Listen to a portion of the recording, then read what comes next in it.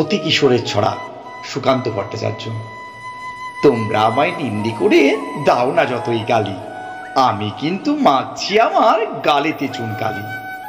কোনো কাজটাই পারি না কো, বলতে পারি ছড়া, পাশের পড়া পড়ি না ছাই, পড়ি ফেরের পড়া। তেতো ওষুধ গিলি না কো, মিষ্টি এবং টক, খাওয়ার দিকেই যেন আমার চিরকালের শখ। বাবা দাদা সবার কাছে গোয়ার এবং মন্দ, ভালো হয়ে থাকার সঙ্গে লেগেই আছে দ্বন্দ্ব।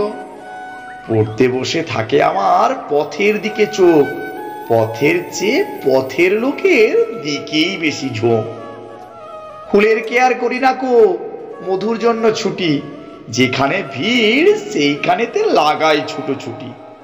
পণ্ডিত এবং বিজ্ঞজনের দেখলে মাথা নাড়া, ভাবি উপদেশের সারে করলে বুঝি তারা। তাই তো ফিরি ভয়ে ভয়ে, দেখলে পরে তর্ক, বুঝি কেবল গোময় সেটা, নয়কো মধুপর্ক।